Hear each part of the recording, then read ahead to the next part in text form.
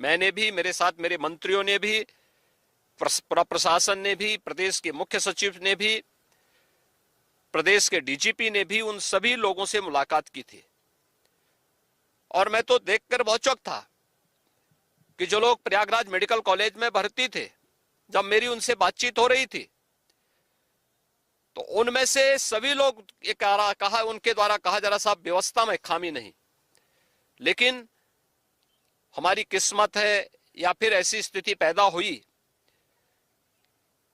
और उनके सभी पहलुओं को लेकर के सरकार भी जांच करा रही है और उसके लिए एक न्यायिक कमीशन भी हमने तत्काल गठित किया। लेकिन हमारी पहली प्राथमिकता थी कि जो ये लगभग 8 से 9 करोड़ लोग प्रयागराज में उपस्थित हैं, इन्हें सुरक्षित उनके घरों के लिए वापस भेजना।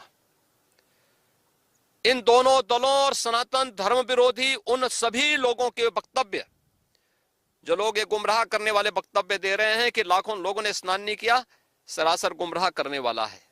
ये वक्तव्य देना कि कोई अमृत स्नान या साय स्नान नहीं हुआ, ये भी गुमराह करने वाला वक्तव्य है और सनातन धर्म की अवमानना ही नहीं, बदनाम करने की साजिश का एक हिस्सा है। कोई परंपरा बाधित नहीं हुई। मौनी अमावस्या का स्नान पहले दिन सायकाल 7:30 बजे से प्रारंभ हो गया था और अगले दिन पूरे दिन भर देर सायकाल तक मौनी अमावस्या का मुहूर्त था। स्वाभाविक रूप से अखाड़ों ने हादसे के तत्काल बाद मेला प्राधिकरण के साथ बातचीत करके अपने स्नान को स्थगित किया था कुछ देर के लिए। और फिर जब मेरी उनसे बातचीत हुई दोपहर के बाद, सभी अखाड़े और पूज्य संतजन, आचार्य महामंडलेश्वर, वे इस स्नान का हिस्सा बने और वही परंपरागत तरीके से सभी स्नान भी हुए।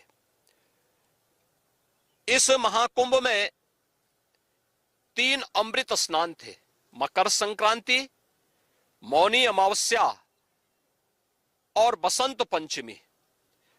इन तीनों में अमृत स्नान हुए जिसमें सभी अखाड़े भागीदार बने। पौष पूर्णिमा से आयोजन प्रारंभ हुआ। समाजवादी पार्टी के अध्यक्ष का यह वक्तव्य भी कि सरकार ने 100 करोड़ की घोषणा की थी, मुझे लगता है कि उनको बयान थोड़ा पढ़ना चाहिए। ये लोग 12 बजे सो करके उठने वाले लोग हैं।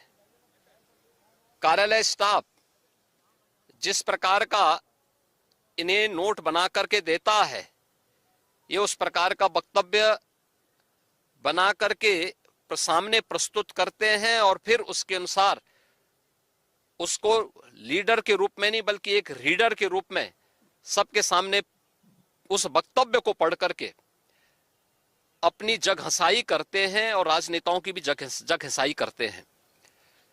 यही स्थिति मैंने बार बार कहा कि महाकुंभ में 40 से 45 करोड़ श्रद्धालु इस पूरे महाकुंभ के आयोजन में भागीदार बनेंगे।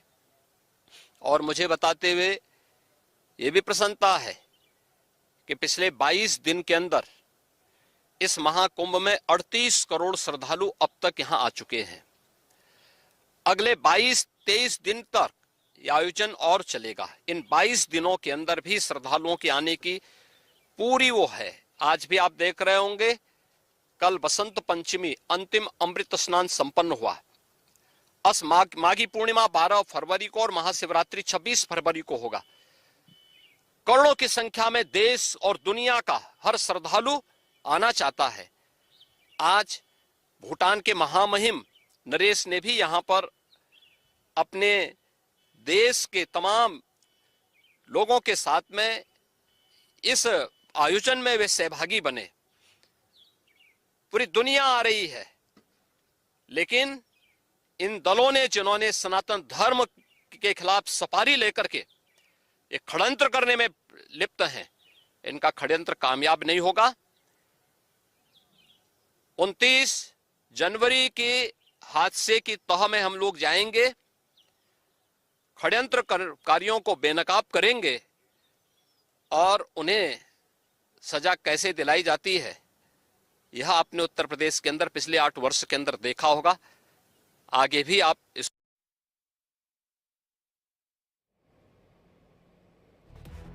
तो इस वक्त की बड़ी खबर, खुद योगी आदित्यनाथ का कहना है कि अखिलेश ने जिस तरीके का बयान दिया है, आज संसद में भी जो बयान दिया था कि महाकुंभ के खिलाफ पहले ही दिन से साजिश थी, ये एक बेहद ही निंदनीय बयान है। सनातन विरोधी बड़ा हादसा चाहते थे, इसलिए उन्हें सनातन विरोधी बताया है। यहां रुक रहे एक छोटे से ब्रेक के लिए।